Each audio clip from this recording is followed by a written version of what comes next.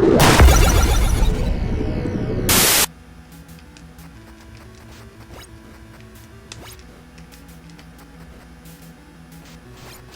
ever played a game as a kid and it didn't quite click for you and you couldn't remember why until you revisited the game later after you'd grown up?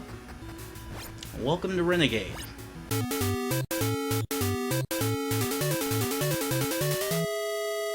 Renegade was originally an arcade title created by Technos, the same company that brought us awesome games like Double Dragon, River City Ransom, and Super Dodgeball. It was the predecessor to those titles, and it was actually a really nice arcade game. However, something went wrong with the NES port. Oh yeah, a huge dose of suck was added. But let's not get things twisted. Renegade laid the foundation for the Double Dragon series. It introduced the B's left attack, A's right attack layout for Double Dragon 2, and it also introduced recurring themes found in Double Dragon like clinch attacks and jump kicks. The NES port misses the magic of the arcade title largely due to cart restraints that limit the number of enemies on the screen at one time, and due to bad controls. No, seriously, these controls are a pile of fuck until you get used to them. I'd say the most frustrating part about the controls is how easy it is to slip up even after you played the game for a while. I still find myself instinctively pressing the wrong button at times during a mount because I was attacking with A before I got the guy down. Not to mention the mess created when two enemies fall down close to one another. I've lost track of how many times I got the mount and did absolutely nothing because I expected to attack one guy and attack the other. Did the developers seriously think this part was a good setup? But it wasn't even a setup, it was just, I don't know, let's follow the BA thing we're doing. But they break that up later. So you start out fighting a bunch of guys in a subway station. It's the same setup as the arcade title, but you fight only 3 guys at a time. One guy always has a weapon and never drops it. These guys are fucking psychics. They'll dodge your jump kicks multiple times before you finally land one, and then it looks like you told them a joke. Look at that horse laugh. The developers knew they wouldn't be able to get anywhere near arcade quality with this port, so they knew enemies would have to take a visual downgrade. It's great they chose greasers, fat Chinese ninjas, blow-up doll women, typical 80s bad guys, and Ricky the Dragon Steamboat as your enemies. All enemies basically act the same except for the boss characters, who will always win clinches and can block your mount attacks. It's a pitiful way to win, but dashing punches seem to overwhelm these guys, because they just can't understand why someone would want to finish this gem so quickly. I saw walls filled with fear! There's a motorcycle stage which really had my hopes up in terms of possibly breaking up the game's monotony. It takes away the left attack, right attack scheme and makes it simple. A is attack whether your enemy is below you or above you. Simple enough, but there's a problem with this part of the stage. It's bad. Sometimes you can hit a guy spot on and it doesn't count. The guy keeps riding along like an asshole and will probably kill you before you can do anything about it. Overall, this part is short, and I'm glad it is. It feels like filler and it plays like ass. You might be saying to yourself right now, it doesn't seem that bad. The stages seem pretty linear. Maybe you're stretching it just a bit. You haven't seen the final stage. The final stage is an absolute clusterfuck. It's a maze set up with different fights throughout different rooms, and you have to choose the correct rooms in order to advance to the boss.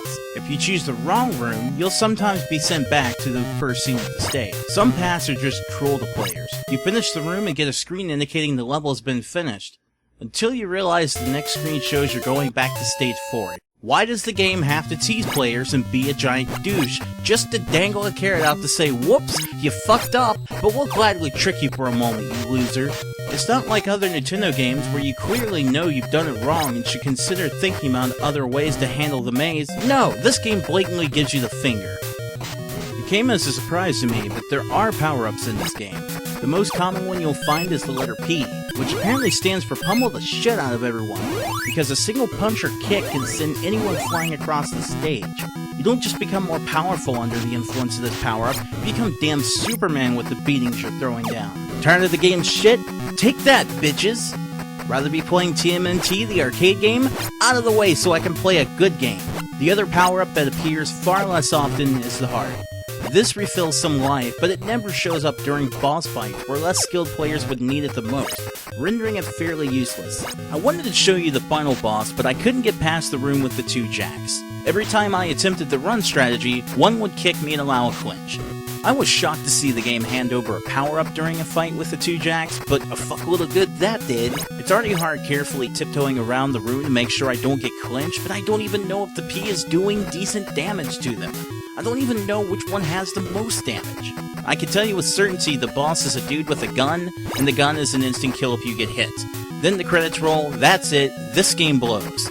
The sad truth that I couldn't finish this game means I know for sure my MLG application would be denied. To give Renegade credit, it has some of the catchiest 8-bit era music I've ever heard. It's a bit recycled as you progress through the game, but I actually enjoy hearing these tunes while waiting through this junk festival of an experience. It's upbeat and goes very nicely with the fast-paced fighting theme, and ties in with the game's rather cartoony sound effects. I'm surprised I'm saying this, but I think the music is my favorite feature in the game. It does somewhat make the game worth playing again. Long story short, Renegade isn't the worst NES game you can play, but there's simply better options for your time and money. I could take forever naming off games I'd rather see you put in your collection before this, and I could still name off plenty of sticking to only the fighter genre. Kung Fu Heroes, Double Dragon 2, River City Ransom, Teenage Mutant Ninja Turtles 2, Teenage Mutant Ninja Turtles 3, Battletoads, and Mighty Final Fight. The game provides an inviting environment, but the experience is just bad. Bad controls, bad filler moments, bad maze, bad times ahead if you fuck with this game. If you want me to officially slap a score on this, I give a buy something else unless you hate yourself out of 10.